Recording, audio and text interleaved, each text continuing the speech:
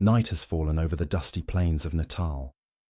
The air is thick with the smell of black powder, blood, and burning thatch. Orange flames claw at the dark sky above a tiny mission station by the Buffalo River. Its roof collapsing, its windows flickering like the eyes of dying candles. The crack of the Martini Henry rifle splits the night again and again, each volley echoing off the stony slopes of the Oscarberg Hill. Amid the smoke and fire, a few dozen red-coated figures move between barricades of maize sacks and biscuit boxes, loading, firing, and reloading until their hands are raw and blistered. Their shouts are drowned by the haunting war cries of thousands of Zulu warriors encircling them, black silhouettes against the firelit haze. It is the night of the January 22nd, 1879. Just hours earlier, a British column had been annihilated at Isandlwana, 20 kilometers to the east. Now, the Zulu Undi Corps, nearly up 4,000 warriors strong, has descended upon this isolated outpost known as Rorke's Drift. Inside, there are no more than 150 defenders, engineers, infantrymen, a few officers, and even hospital patients who can barely stand. Yet before dawn, these men will hold against the overwhelming tide, their defense becoming one of the most extraordinary last stands in military history. This is the story of Rorke's Drift. A desperate 12-hour siege, fought by the soldiers of the 2nd Battalion, 24th Regiment of Foot, and led by two junior officers, Lieutenant John Rouse Marriott Chardis of the Royal Engineers and Lieutenant Gonville Bromhead of the 24th. Together, they will transform a quiet mission station into a fortress and stand as the thin red line between survival and annihilation. By dawn, the ashes of the hospital will still smoulder. The field will be carpeted with the fallen. 351 Zulus dead where they charged. 17 British soldiers will lie among them, their uniforms blackened with powder and sweat, and for their valour, 11 Victoria Crosses. The highest number ever awarded for a single engagement will be bestowed upon the defenders of Rorke's Drift. But to understand how this improbable victory unfolded, one must return to the roots of the Anglo-Zulu War, to the ambitions of an empire and to a frontier where arrogance met courage on both sides of the river. The story of Rorke's Drift did not begin with the sound of rifles or the beat of Zulu shields. It began with imperial ambition. By the late 1870s, the British Empire had cast its gaze upon the fertile hills and valleys of southern Africa, determined to forge a confederation that would bring together the colonies and native kingdoms under one rule, its own. The Cape Colony and Natal were already British territories, but between them lay an obstacle: the Zulu Kingdom, a disciplined, independent, and proud nation ruled by King Cetshwayo Kampande. Cetshwayo's Zulu army, built on the formidable regimental system of his uncle Shaka, was no tribal militia. It was a professional fighting machine. Tens of thousands of warriors, organized into regiments called Amabutho, trained for speed, endurance, and deadly precision. Each man carried the short stabbing spear, the Iklwa, and a great cowhide shield, symbols of unity and defiance. The Zulus were not an army of the past. They were the living embodiment of a military culture that had conquered and consolidated vast lands long before the British Empire set foot on African soil. Yet, in the eyes of the colonial administration led by Sir Henry Bartle Frere, such a kingdom was incompatible with British order. In late 1878, Frere issued an ultimatum to Cetshwayo, demanding disbandment of his army and submission to British authority. The demands were impossible, and the ultimatum was a provocation by design. When the Zulu king refused, war was declared. On Tratamorn, January 11th, 1879. British columns crossed the Watugela and Buffalo rivers, invading Zululand in three prongs. The centre column, under Site Lieutenant General Lord Chelmsford, advanced through Rorke's Drift, the very crossing that would later become immortal. Behind his army trailed supply wagons, engineers, and a field hospital at the mission station. a convenient stopping point for the imperial force. The early days of the invasion carried an air of complacency. Chelmsford's troops, dressed in bright scarlet tunics and white sun helmets, marched into Zulu territory as though on parade, confident in their rifles and discipline. They believed the native army would never withstand modern firepower. They did not yet know that the greatest defeat the British Empire would ever suffer at native hands was only days away. At the small mission post of Rorke's Drift, Lieutenant Chard was overseeing repairs to a river pontoon when Chelmsford's column marched eastward. The garrison left behind was small. B Company of the 2nd Battalion, 24th Regiment of Foot, under Lieutenant Gonville Bromhead. A handful of men from other units, several patients and staff at the hospital, and a few members of the native contingent. In total, barely 150 men. An afterthought on the frontier. Then came Isandlwana, on Juts, January 22nd, 1879. At midday, the Zulu army, some 20,000 strong, fell upon Chelmsford's detached camp at the base of Isandlwana Hill. The British formation, overconfident and dispersed, was annihilated in a matter of hours. Over 300 soldiers were killed, almost the entire column wiped out by assegai and shield. The Zulu victory sent shockwaves across the empire, but for the survivors and support troops scattered behind the main line, the consequences were immediate and deadly. Among those rear positions stood Rorke's Drift, unsuspecting and exposed. By mid-afternoon, as the first survivors from Isandlwana stumbled across the Buffalo River, breathless and bleeding, they brought with them the grim news: the main army was gone. The Zulu impi was on the move, and they were heading straight for the mission. At that moment, the small group of engineers, infantrymen, and hospital staff realized they were alone. There would be no reinforcements. There was nowhere to run. Their only choice was to fight.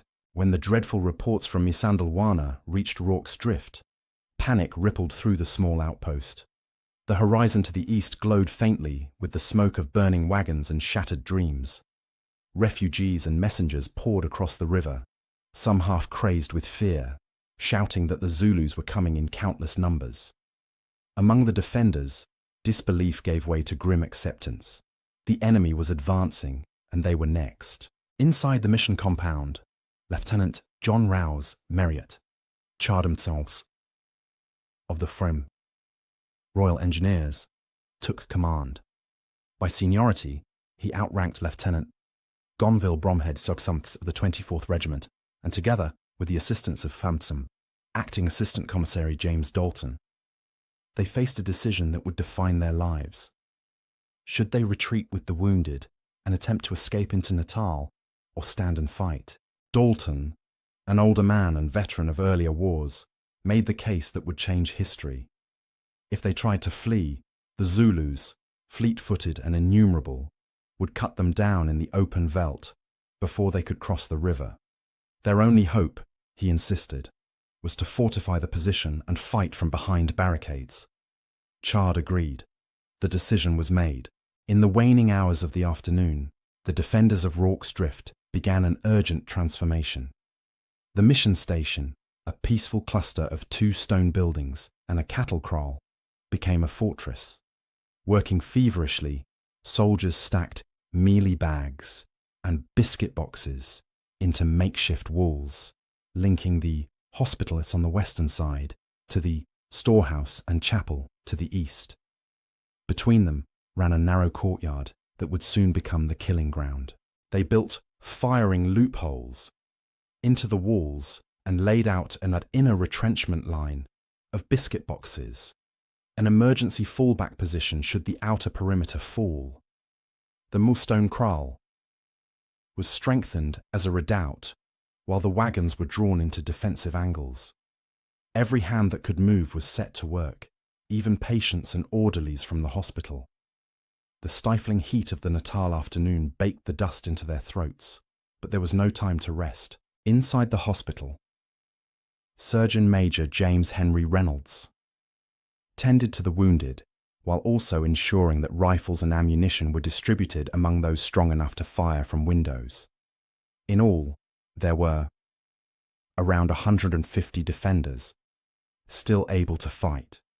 Many engineers, commissariat men, or hospital patients who had never fired a rifle in anger. Outside the compound, about 100 native contingent auxiliaries waited nervously. When the first distant war cries echoed from the east, most of them broke and fled, vanishing into the hills. Rorke's drift was now alone. To the south, the towering bulk of the Oscarberg Hill, Xi'an, rose like a silent sentinel. From its slopes, Zulu scouts could already be seen moving, dark shapes flitting through the tall grass. The defenders knew that when the attack came, it would come hard and fast. By 4:30 in the afternoon, sentries reported movement along the ridge lines, shields glinting in the sun, long ranks of warriors forming. They belonged to the Undi Corps, commanded by Prince Dabulamanzi Kampande, half-brother of the Zulu king. He had not fought at Isandlwana, but, burning with pride and fury, had decided to strike across the river into Natal, defying Cetshwayo's explicit orders not to invade British territory. His force numbered between 3,000 and 4,000 men. 4 Amabutho regiments, including the Uthulwana, Indlondo, Udluko, and Indluyengwe, all were experienced, disciplined, and eager to continue the day's triumph. As the sun sank toward the horizon, Chard walked the line for a final inspection. The men stood ready behind their mealie bag walls, their faces streaked with sweat and dust. Their rifles, the Martini Henry, single shot and deadly within 400 yards, gleamed faintly in the dying light. Each soldier carried 70 rounds, with more stored in the depot. Ammunition boxes were pried open and distributed to reloading stations, where the wounded and non-combatants would work through the night, handing cartridges to the riflemen. The order was simple: hold the line until dawn, or die where they stood. No bugle would sound retreat. The defenders of Rorke's Drift had become an island of defiance in a sea of Zulu fury, and soon that sea would break upon them. The first attack came swiftly, announced not by gunfire but by sound, a deep rhythmic thunder rising from the east. It was the sea Zulu war chant, a growling roar of thousands of voices blending with the beat of assegais striking against cowhide shields. The ground seemed to tremble beneath the synchronized advance. From the crest of the Oscarberg Hill and across the undulating grasslands, the Undi Corps appeared in dense, dark formations, their ochre shields and feathered headbands catching the late sunlight. For the British defenders inside Rorke's Drift, it was a sight at once awe-inspiring and terrifying. An army advancing as if it were a single living creature. The first volleys cracked from the barricades. The Martini Henry rifles, with their heavy black powder cartridges, belched fire and smoke. Each shot echoed off the surrounding slopes, the reports overlapping into a continuous thunder. Zulu warriors at the front ranks stumbled, fell, and rolled lifelessly into the dry grass. But the rest pressed on, heedless of the casualties. Their advance quickened, the chant intensifying into a blood-curdling crescendo. When they struck the perimeter, it was like a wave hitting rock. Chard's men had little time to aim. They fired almost point-blank into faces and shields, withdrawing only to reload before stepping forward again. The air filled with acrid smoke and the choking stench of burned powder. The mealie bag barricade on the southern and western sides bore the brunt of the onslaught. Zulu warriors hurled themselves over the obstacles, driving their Aiklwa spears at any gap in the wall. At several points, the defenders met them in desperate hand-to-hand combat, thrusting back with bayonets and rifle butts. The defenders' red coats were soon smeared with mud and blood. For an hour, the outer walls held. Every attack was met with disciplined volleys, short, controlled bursts that tore gaping holes in the charging ranks. The defenders fought shoulder to shoulder, shouting to one another through the smoke, passing ammunition boxes hand to hand. Behind them, the wounded reloaded rifles, their hands trembling but steady enough to feed the fight. Surgeon Major Reynolds moved tirelessly from man to man, binding wounds with bloodied rags while bullets hissed through the air around him. But the Zulus adapted quickly. They shifted their attacks to the northern and eastern sides, probing for weaknesses. At one corner, they managed to seize the stone cattle kraal, forcing the defenders to withdraw to the inner line. Chard had anticipated this moment, the retrenchment of the biscuit boxes. Running diagonally across the courtyard now became the second line of defense. Under his direction, the men fell back in good order, firing as they moved, maintaining a curtain of smoke and flame between themselves and the attackers. Then, the hospital came under assault. The stone building, with its small rooms and narrow corridors, quickly turned into a death trap. Private Henry Hook, Privates Robert and William Jones, John Williams, Fielding, and several others held the interior against waves of Zulus who battered down doors and fired through the windows. The defenders smashed holes through the interior walls with rifle butts, dragging patients from room to room as the enemy closed in. The hospital roof caught fire, the flames lighting the night sky. Smoke and heat filled the building until breathing became impossible. One by one, the men fought their way out through the back wall, rescuing the wounded as the hospital collapsed behind them in a roaring blaze. Outside, the heat of the fire illuminated the battlefield in a hellish glow. The flickering light cast long, shifting shadows of the attackers and defenders alike, blending them into a single writhing mass. Sparks drifted upward into the night as volleys continued to ring out, the tempo of firing now frantic, desperate, yet precise. The defenders' arms and shoulders ached from the endless recoil. Their ears rang with the deafening chorus of rifle cracks and war cries. By 10 p.m., the Zulu attacks had not ceased, but changed in character. The great massed charges gave way to smaller, more probing assaults. Groups of warriors crawled close under cover of darkness, firing old muskets or captured rifles into the barricades. Others tried to ignite the mealie bags with torches, only to be cut down by rifle fire. The defenders, running low on cartridges, conserved ammunition, firing only when the enemy showed themselves within a few yards. In the chaos, Lieutenant Bromhead moved from position to position, his calm demeanour a steadying force for the exhausted men. Beside him, Chard coordinated the fallback to the inner wall, ensuring no section was left unsupported. Every inch of ground was contested. Every shot, a matter of survival. The hospital was gone. The kraal had been abandoned. Now, the defenders stood behind their final barricade, the biscuit box retrenchment, barely 3 feet high, holding what remained of Rorke's drift. The night was far from over. By the time the hospital collapsed in flames, Rorke's drift had become a fortress reduced to its core. The defenders had fallen back to the O's inner biscuit box barricade, a rough redoubt hastily reinforced with mealie bags and crates, no higher than a man's chest. Behind this wall stood the last stand of the garrison, barely 80 men, still capable of fighting, many bleeding, all exhausted. Around them, the night seethed with shadows and smoke. The fire from the hospital threw a flickering light over the compound, illuminating the blackened faces of soldiers and Zulus alike. The air was thick and choking. Clouds of acrid black powder hung low, stinging the eyes and throats. Each breath carried the heavy scent of burning grain and charred flesh. Above the noise of sporadic rifle fire, the low moan of the wounded rose and fell, a dreadful counterpoint to the savage cries beyond the wall. At around 10:30 p.m., the next phase of the battle began. The Zulu Undicor, no longer charging en masse, spread out around the perimeter. Groups of warriors moved silently through the darkness, crawling to within a few yards of the defences.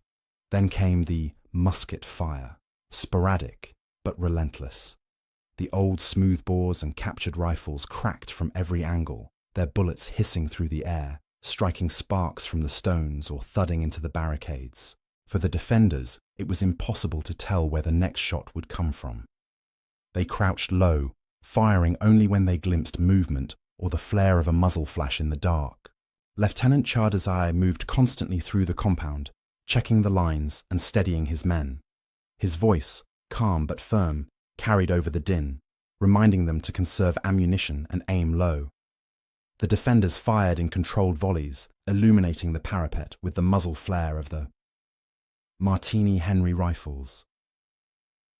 The recoil bruised their shoulders. The heavy cartridges fouled the breeches, forcing men to ram them home with their palms or knife handles. Still, they fired on, one round after another, the rhythm of their shots forming a grim, mechanical heartbeat in the night. On the eastern flank, Lieutenant Bromhead oversaw the tight knot of men defending the storehouse and the connecting wall. Here, the Zulus came close enough for bayonets to thrust over the barricades. Each time a warrior leapt up to stab, he was met by a thrust of cold steel or a rifle butt swung with desperate strength. Private Frederick Hitch, though wounded, continued to pass cartridges up to the firing line, his arm soaked with blood. Nearby, Corporal William Allen, shot through the shoulder, refused to leave his post. The wounded and able-bodied alike formed a single living wall.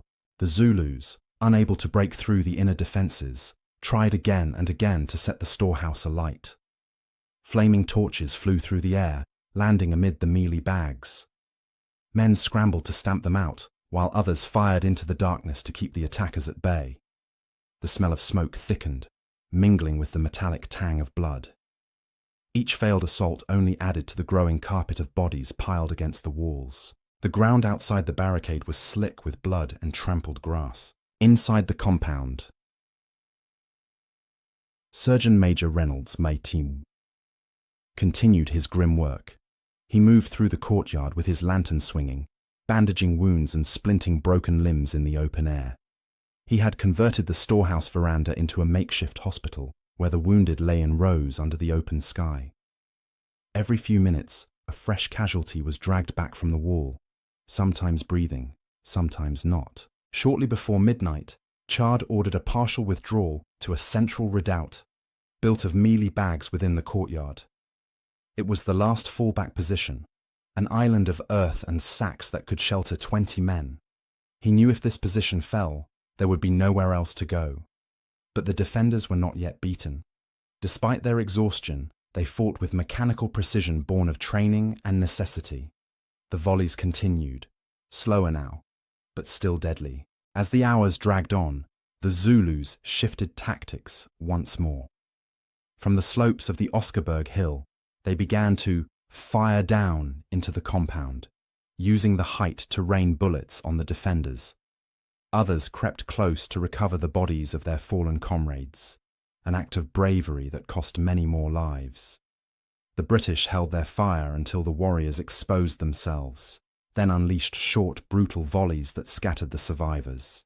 By 4 a.m., the worst of the storm had passed. The attacks were less coordinated now, less furious. The great chanting chorus had fallen silent, replaced by sporadic rifle shots and the moans of the wounded. The defenders, their faces black with powder and sweat, took brief turns resting on the ground behind the barricades. Their uniforms were torn and filthy, their eyes hollow from fatigue. The cartridges were nearly gone. In some places, men gathered ammunition from the dead, prying cartridges from the belts of fallen comrades. And still, they waited for dawn. Every man at Rorke's Drift knew that the next assault could come at any moment. But as the eastern horizon began to pale, a strange quiet settled over the field. The war cries had faded. The shadows outside the wall grew still. The Zulu tide had not yet broken, but it was beginning to recede. The first hint of morning came as a thin, silvery light over the eastern ridges of Zululand. For the exhausted defenders at Rorke's Drift, it was a light that felt almost unreal, fragile, ghostly, filtering through the veil of gun smoke that still hung across the mission station. The black sky had faded to a bruised grey, and the crackle of musketry had fallen silent at last. Only the hiss of burning embers and the soft moans of the wounded disturbed the dawn. Lieutenant Chard rose from behind the barricade, his uniform blackened and stiff with grime. He surveyed the compound with heavy eyes. Everywhere he looked, lay the wreckage of the night's struggle. Walls half torn down, the hospital reduced to a heap of glowing ash, and the yard strewn with bodies. Some of the Zulu dead still clutched their shields and spears, their faces frozen in the fierce expressions of warriors who had died mid-charge. Others lay piled against the barricades, a grim testament to the ferocity of their assault. The defenders were barely standing. Many had fought for 12 hours without rest, water, or food. Their cartridge boxes were nearly empty. A few men, numb with exhaustion, had fallen asleep sitting upright, their rifles still across their laps. The red coats of the 24th were dulled by soot and blood, indistinguishable from the brown earth around them. For several long minutes, nothing moved. Then, from beyond the outer barricade, came the faint sound of drums and distant voices. The Zulu impi withdrawing. Scouts reported figures moving away toward the river, the Undi Corps falling back in good order, carrying their wounded and many of their dead. They had not been routed. They were disciplined soldiers, retreating by command. Their leader, Prince Dabulamanzi Kampande, had accomplished his aim, to strike terror into the British rear and prove the strength of his warriors after Isandlwana. But at Rorke's Drift, he had met an obstacle that could not be overcome. The combination of firepower, fortification, and the iron discipline of men fighting for their lives. At dawn, the defenders dared not pursue. They watched as the long columns of Zulus disappeared across the veldt toward the Buffalo River, their ox-hide shields glimmering faintly in the morning mist. When the last of them had vanished, the silence that remained was immense, a hollow stillness after 12 hours of chaos. Chard ordered a cautious sweep of the perimeter. The scale of the slaughter stunned even the most hardened soldiers. 351 Zulus lay dead within the immediate vicinity of the mission. Beyond, in the tall grass, the bodies of more were scattered where they had fallen in the dark. Hundreds more were believed to have been wounded and carried off by their comrades. Among the defenders, 17 men were dead, and 15 wounded, nearly every survivor bearing some mark of the fight. The wounded were carried to the remaining storehouse, where Surgeon Major Reynolds continued his tireless work. He had not slept in over a day, yet he moved with steady purpose, tending to burns, bullet wounds, and shattered limbs. The courtyard became a hospital of its own, surrounded by improvised crosses marking where the dead had been laid in rows. The surviving patients from the original hospital lay alongside the men who had saved them, now united in shared exhaustion. As the sun climbed higher, the defenders began to rebuild their shattered defences. Not out of pride, but out of necessity. They feared the Zulus might return. Men hauled fresh sacks of grain, patched the walls, and scavenged usable rifles and ammunition from the fallen. It was a grim, mechanical labour, performed in near silence. Only when one soldier found a tattered Union Jack amid the debris and raised it on a splintered staff, did a faint murmur ripple through the ranks. It was not a cheer, but a quiet acknowledgement that they were still alive. By mid-morning, a lookout on the western side spotted movement far off toward the horizon. At first, they feared the Zulus were returning in force, but soon the sunlight caught the flash of bayonets, long lines of men in red coats marching in formation. It was Lord Chelmsford's column, returning from the ruins of Isandlwana. As they approached the mission station, they beheld a scene of desolation. The smouldering buildings, the heaps of bodies, the exhausted defenders standing silently amid their barricades. For the men of Chelmsford's force, it was a moment of stunned disbelief. They had expected to find another massacre. Instead, they found victory, an improbable, heroic victory against overwhelming odds. The defenders could barely muster the strength to greet them. Chard, Bromhead, Reynolds, and Dalton stood together by the ruined storehouse as Chelmsford rode in. Their faces were grey with fatigue, their eyes hollow. Yet in that moment, they represented the indomitable spirit of the British soldier, undaunted, bloodied, but unbroken. The battle for Rorke's Drift was over, but its story was only beginning. The morning of Versailles. January 23, 1879. Dawned with a strange, almost reverent quiet over Rorke's drift. The cries of the dying had faded, and in their place came the steady hum of flies over the battlefield. The thin veil of smoke from the burned-out hospital drifted lazily into the pale sky, carrying with it the sour stench of gunpowder and death. Everywhere, the landscape bore the scars of violence, the churned red earth, the shattered walls, and the grotesque mounds of fallen men pressed against the mealy-bag ramparts. The defenders, numb with exhaustion, moved among the wreckage like ghosts. Lieutenant John Chard, his hands still shaking from fatigue, began the grim task of organizing the burial details. He recorded the names of his fallen comrades, 17 men, who had held the line until the very end. They were laid to rest behind the mission, each grave marked with whatever wood or stone could be found. Nearby, hundreds of Zulu bodies were dragged into great pits and covered over with earth and ash. Many of the men turned away, unable to bear the sight. Even in victory, there was no glory, only the heavy cost of survival. Within the compound, the survivors worked in silence. They repaired the walls, gathered weapons, and stacked ammunition. Some men sat staring at nothing, their minds still caught in the rhythm of battle, the loading, the firing, the endless screaming of the wounded. Others helped. Surgeon Major Reynolds, who continued to move among the living and the dying with stoic precision, his sleeves stained dark with blood.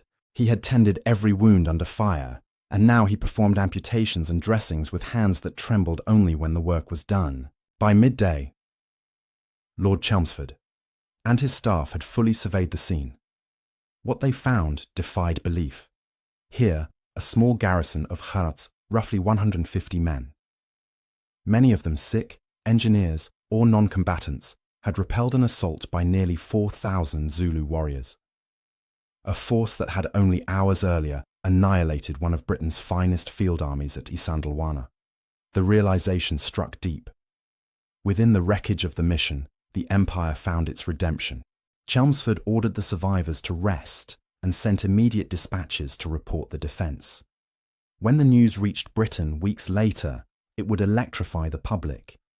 In a single day, the Empire had gone from humiliation to heroism, from the catastrophe of Isandlwana to the miracle of Rorke's drift. The British press would seize upon the story, transforming it into legend before the smoke had even cleared. But in that moment, on the sun-scorched ground of Natal, there was no celebration, only silence, broken by the scraping of shovels and the distant murmur of prayer. As the day wore on, Chardshi wrote his official report, his account as methodical as it was understated. He described the sequence of events with the cool precision of an engineer: the construction of the barricades, the fallback to the inner line, the burning of the hospital, and the relentless defence through the night.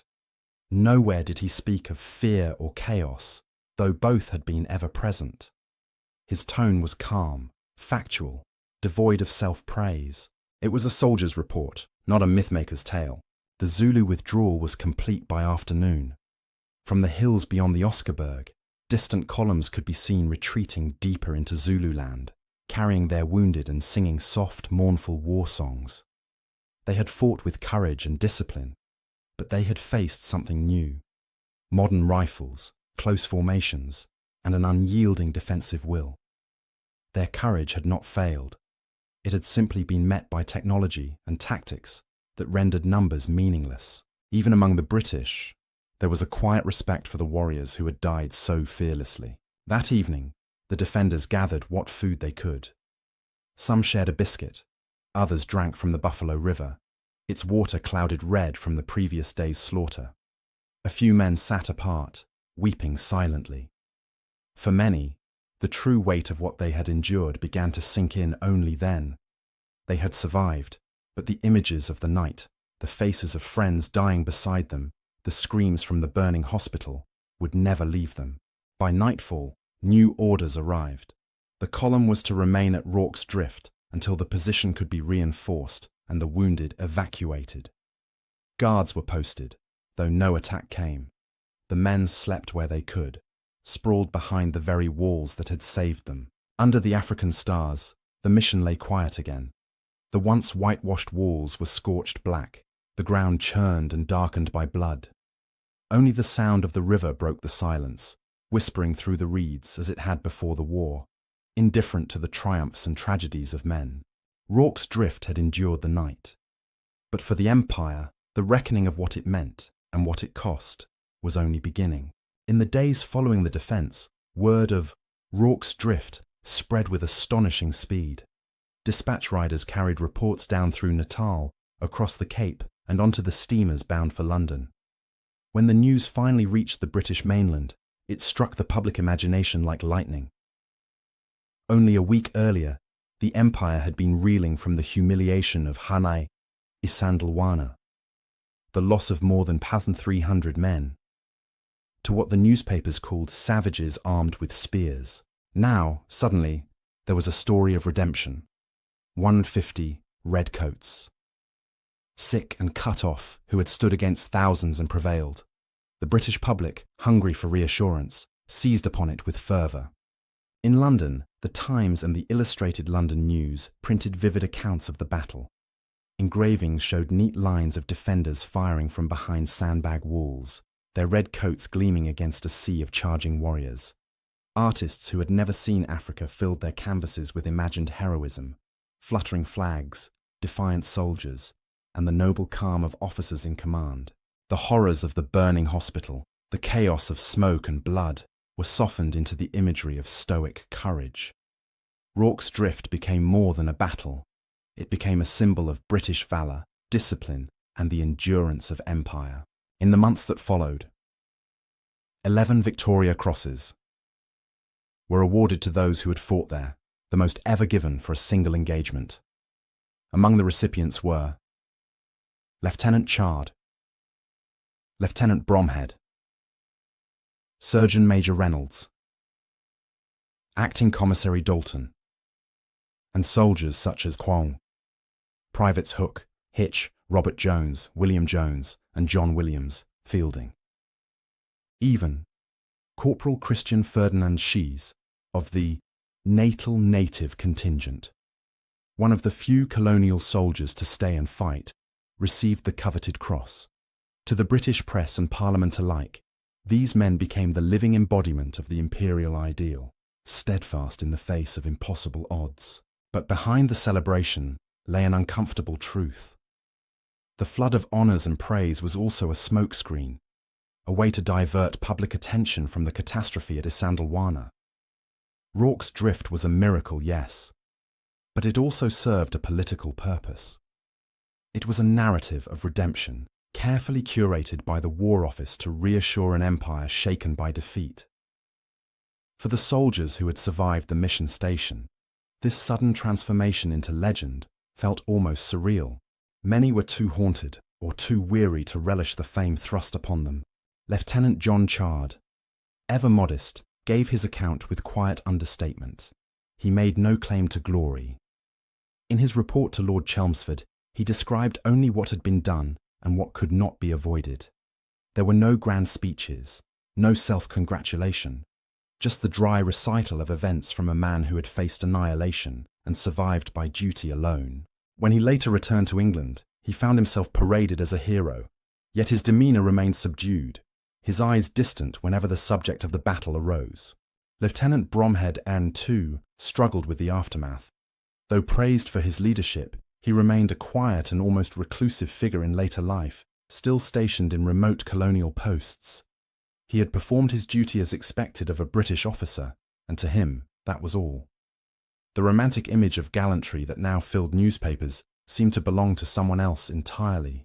Back in Natal, the mission station was rebuilt, its walls patched, its burnt hospital replaced by a new structure.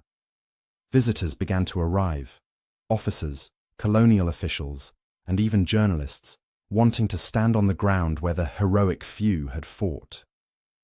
They found a place still haunted by its past. The marks of bullets pocked the stone walls. The earth was still stained where the fires had burned. The men who remained in the garrison greeted the visitors politely but without enthusiasm. They knew the truth of what had happened there. the smell, the screams, the exhaustion, the blood. What the world called glory, they remembered as survival, the Mzulu perspective. 2 began to fade from the narrative. In British memory, the warriors of the Undi Corps became faceless antagonists, mere shadows against which imperial courage was cast. Yet among the Zulus themselves, the story endured differently. To them, Rorke's drift was a testament not to defeat, but to the endurance of warriors who had fought against impossible odds and obeyed their chief's orders to withdraw. They had crossed into Natal against the king's will, struck hard, and then vanished into the hills with their pride intact. Even in retreat, they carried the songs of those who had fallen, their bravery remembered in the rhythms of praise poetry long after the empire's drums had gone silent. For Britain, however, Rorke's drift became legend, a symbol of resolve under fire. It was a reminder that, even when cornered, the red-coated soldier could not be broken. The battle's imagery, smoke, flame, and bayonets flashing in the dark, would echo across the empire for generations to come, and as the empire expanded, so too did the myth of that tiny mission station by the Buffalo River, a story retold not only as history, but as faith in British destiny. Behind the grand legend of Rorke's drift stood real men, ordinary soldiers who, in the crucible of that night, performed extraordinary deeds. They were not supermen, nor mythic warriors of empire. They were carpenters, miners, farmers, and clerks who found themselves, by fate and circumstance, at a lonely outpost on the edge of the Zulu kingdom. Each brought with him a life, a story, and a measure of courage that would forge the defence remembered for centuries. At the centre of it all was Lieutenant John Rouse Marriott Chard, Royal Engineers. Before the war, his duties were mundane: bridges, pontoons, logistics. He was not a frontline soldier, but a builder, an organiser, a quiet man, more at home with tools than tactics. Yet when the moment came, it was Chard's calm reasoning and disciplined method that saved the garrison. He directed the construction of the barricades, the fallback lines, and the inner redoubt with the precision of an engineer under fire. Throughout the night, he moved from wall to wall, his face streaked with soot, maintaining the cohesion that kept chaos at bay. His leadership was not of rousing speeches, but of quiet steadiness, a confidence that steadied men on the brink of despair. Beside him stood Lieutenant Gonville Bromhead, commander of B Company, 2nd Battalion, 24th Regiment of Foot. Bromhead was known among his peers as affable but unremarkable, a man with partial deafness and little ambition for advancement. Yet at Rorke's drift, his cool composure and soldier's instinct shone through. He commanded the firing line, encouraged his men, and fought where the defence was weakest. When others faltered, his presence reminded them that discipline, not passion, would decide their fate.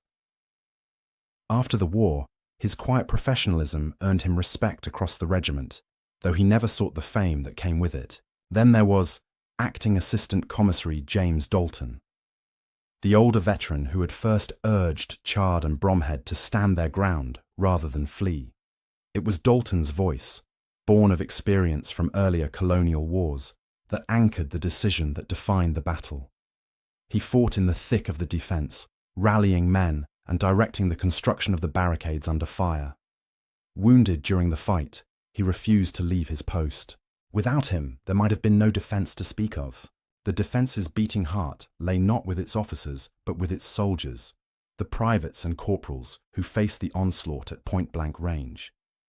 Men like Private Henry Hook, once known in the regiment for his rough manners and discipline problems, who fought like a man possessed inside the burning hospital.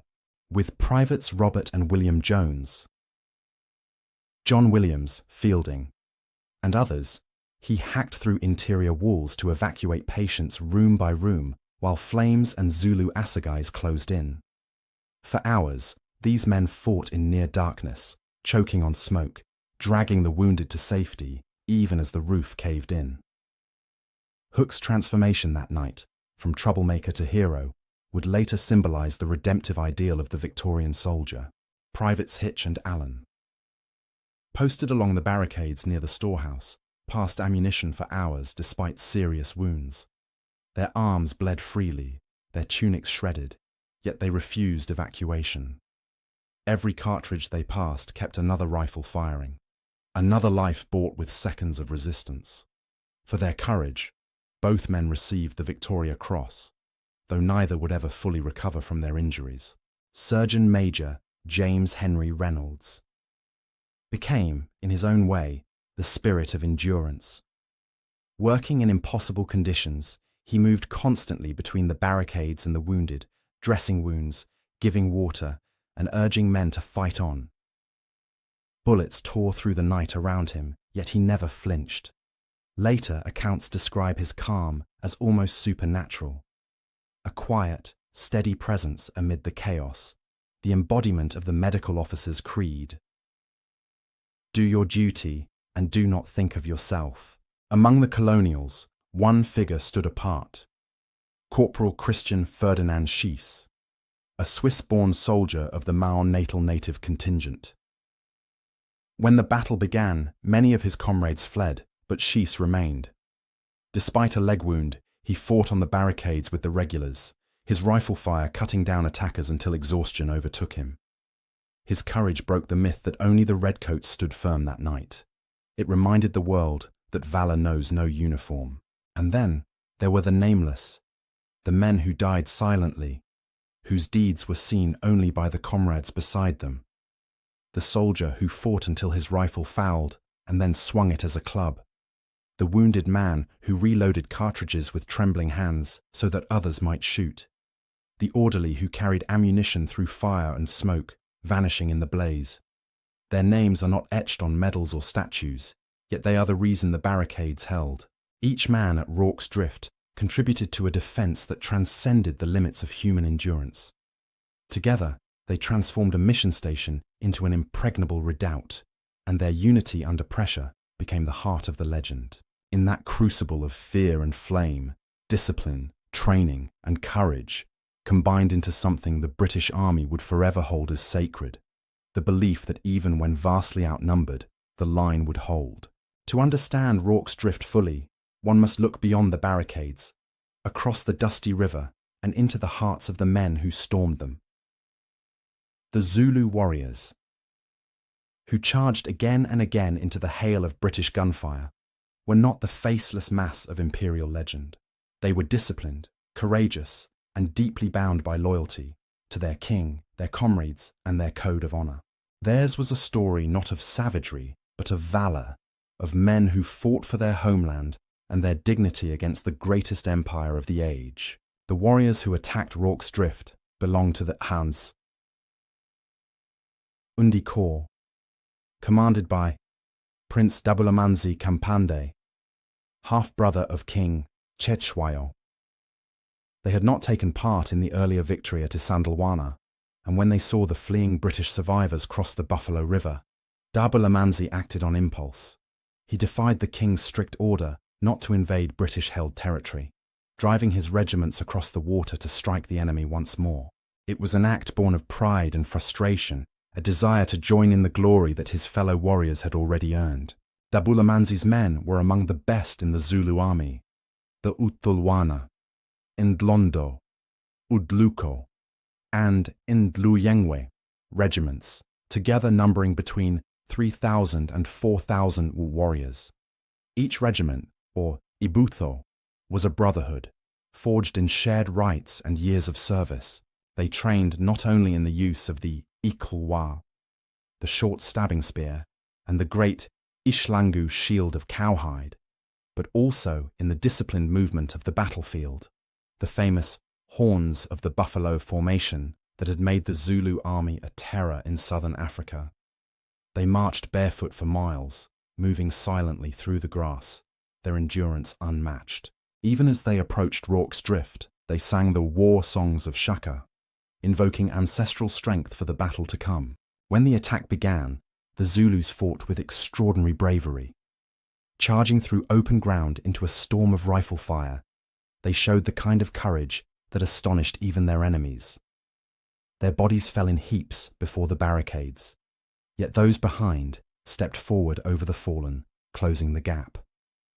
At close quarters, they met British bayonets with spears, the fight so tight that men could see the whites of each other's eyes. Some thrust their shields forward to parry bullets. Others clawed at the melee bags, trying to pull them down with bare hands.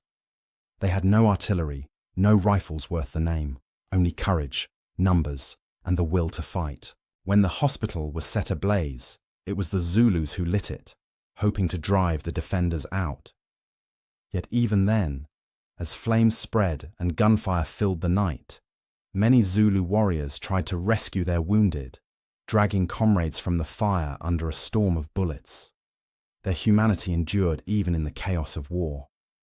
And when the order finally came to withdraw, the Undi Corps obeyed, leaving behind the dead and carrying the injured across the Buffalo River under the dim light of dawn. Their losses were staggering.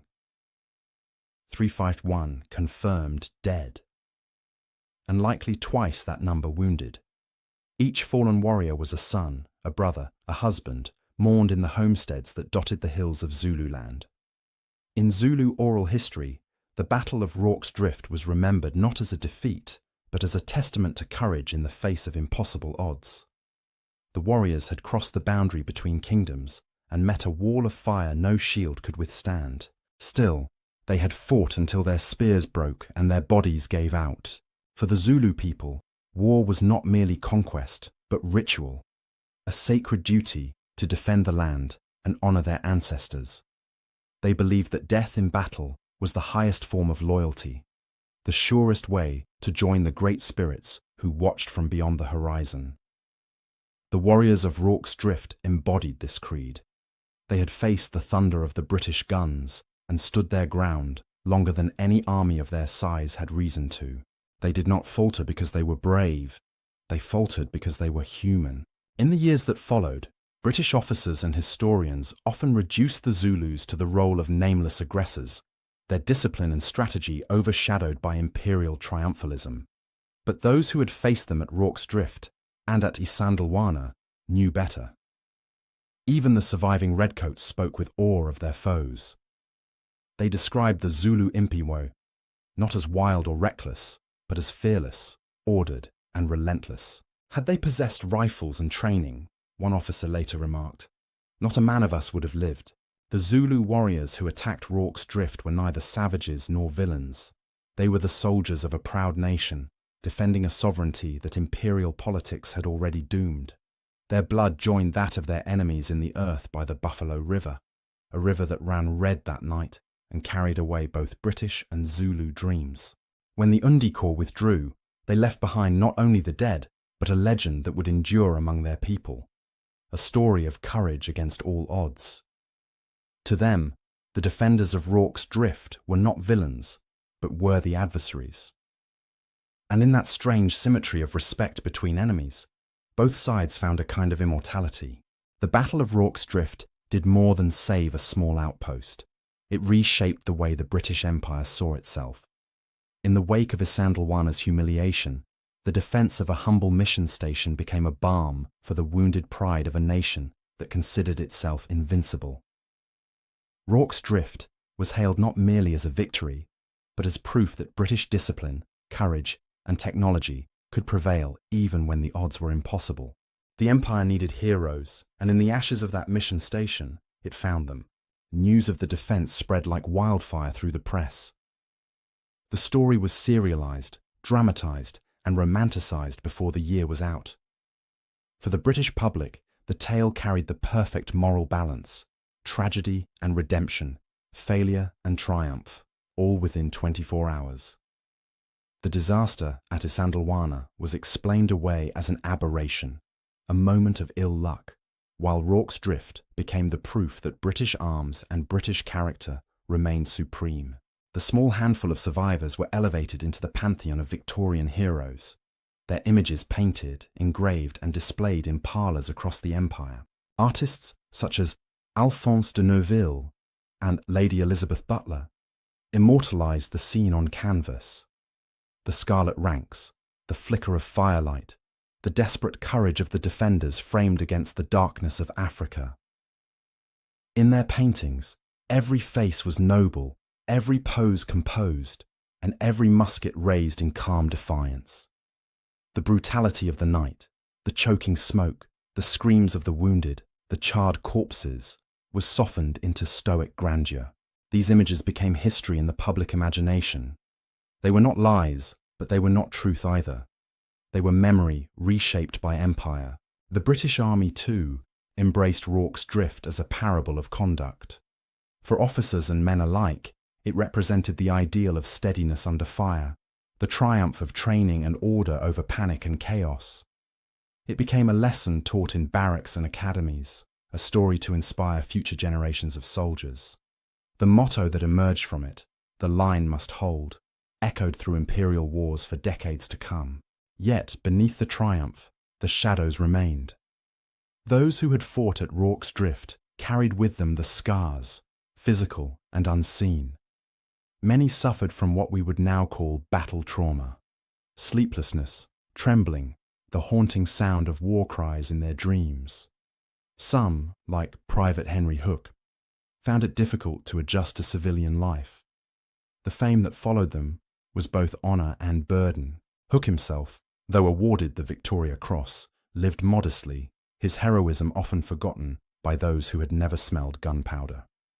Lieutenant Chard, the calm engineer who had commanded the defence, never again saw battle. He died of cancer just 12 years later, still a modest man who rarely spoke of that terrible night.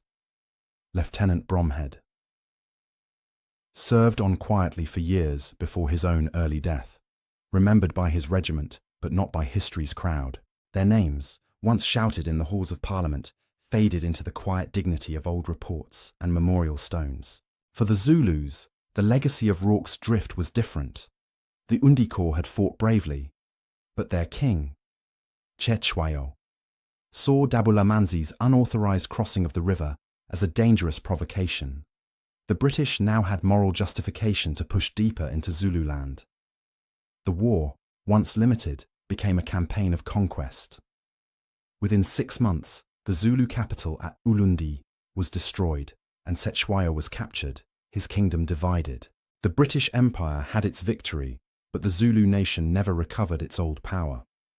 Rorke's drift, though a triumph for Britain, marked the beginning of the end for the Zulu kingdom. In later decades, historians began to look again at the battle, not as a simple clash of heroism versus savagery, but as a complex encounter between two proud militaries. They noted the professionalism of the Zulu regiments, the courage of their commanders, and the skill of their tactics. They saw in Rorke's drift not just a British victory, but a meeting of equals, each side bound by discipline and belief. This reinterpretation stripped away some of the myth, leaving a more human truth, that courage is not owned by empire, and heroism is not confined by colour or uniform. Today, Rorke's drift endures not merely as a symbol of defiance, but as a reminder of shared humanity in war. The mission station has been rebuilt and preserved, its walls marked with plaques and memorial stones. Visitors walk the ground in silence, tracing the lines of the old barricades where men once fought hand to hand in firelight.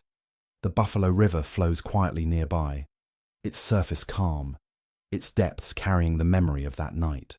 Rorke's drift belongs to history now, to both nations that bled there. It speaks of bravery, yes, but also of tragedy. It stands as proof that even in the bloodiest hours, human beings are capable of both terrible destruction and astonishing courage. For the British soldier, it remains a story of endurance. For the Zulu warrior, it remains a story of pride. And for the world, it endures as a warning of what happens when empires and kingdoms meet at the edge of misunderstanding and neither side is willing to yield. The smoke of Rorke's drift may have long since cleared, but its lessons linger, etched in the red earth of Africa and in the memory of all who seek to understand the cost of empire. In the stillness of the natal hills, the battlefield of Rorke's drift lies quiet. The stone walls have been rebuilt, the mission house restored, and the graves of the fallen marked with white headstones that gleam under the African sun. To a visitor, it might appear peaceful, a relic of the past, preserved against the erosion of time. But beneath that calm surface, the ground still speaks. Every ridge, every patch of trampled earth carries the echo of that long night in January 1879, when the world's most powerful empire was tested by a warrior nation defending its soil. Walk the lines of the old mealie bag barricade, and the story comes alive again. Here, the defenders stood shoulder to shoulder, their rifles hot to the touch, their mouths dry with powder smoke. Here, the Zulu impi came on in waves, fearless and unrelenting, their war cries rising to the heavens. And here, amid fire and darkness, human will met its limit and surpassed it. What endures is not the clash of empire and tribe, nor even victory or defeat, but the endurance of men pushed to the edge of what humanity can bear. The lessons of Rorke's Drift are not those of conquest. They are lessons of resolve, courage, and the thin boundary between civilization and chaos. The British soldiers who held the mission station did so not for glory or expansion, but because duty demanded it. Their courage was born of fear mastered, not erased. They fought because there was no other choice, and the Zulu warriors who charged those walls did so with equal conviction, not as aggressors, but as defenders of their land, their king, and their honor. Each side saw itself as right, and each believed the ancestors watched them that night. Over time, the memory of Rorke's Drift has shifted. For the British Empire, it became a cornerstone of imperial identity, proof that discipline and courage could overcome any odds. For the Zulu people, it remained a tale of pride and resistance, sung in the Isibongo, the warrior praise poems that keep history alive through generations. And for historians, it became a case study in how myth and memory intertwine, how a single event can be both truth and symbol, both blood and legend. The Victoria Crosses, awarded after the battle, 11 in all, are now displayed in museums and regimental halls. Each medal bears the same inscription, for valour. But the true measure of valour at Rorke's Drift cannot be weighed in metal or ceremony. It lies instead in the quiet moments, when men chose to stay rather than run, when a wounded soldier passed a cartridge instead of dropping it, when a Zulu warrior pressed forward into certain death rather than yield his place in the line. It lies in the silence after the battle, when neither side cheered, for both had paid too high a price. Rorke's Drift endures because it reveals something eternal about the human spirit. In that crucible of flame and fear, courage was stripped of ornament. It was not the courage of empire or ideology, but of survival, of loyalty, of standing by one's comrades in the face of annihilation. Such courage knows no nationality. It belongs to all who face the darkness and do not turn away. Today, as the wind moves across the plains and the sun sets behind the Oscarberg, the mission stands as both monument and warning. The white stones of the graves, British and Zulu alike, gleam together in the fading light. Time has levelled the ranks of the living and the dead, erasing the distinctions of uniform and language. Only memory remains, the whisper of rifles, the rhythm of shields, the echo of courage shared across enemy lines. The defence of Rorke's Drift was not merely a battle. It was a testament to endurance, a mirror held up to humanity's capacity for both destruction and grace. Its legacy endures not because it glorifies war, but because it confronts us with its cost. Each name, each scar, each forgotten grave reminds us that valour and tragedy walk hand in hand. And as long as the Buffalo River flows beneath the African sky, the story will remain, carried in the earth, the air, and the silence that follows every battle. Rorke's Drift was not the end of a war. It was a moment in which courage itself was laid bare, its beauty, its horror, and its price. Thank you for listening to our story. If you found this battle as fascinating as we did, please like this video and subscribe to British War History for more. We read all of your comments, so be sure to leave your thoughts below. We'll see you in the next video.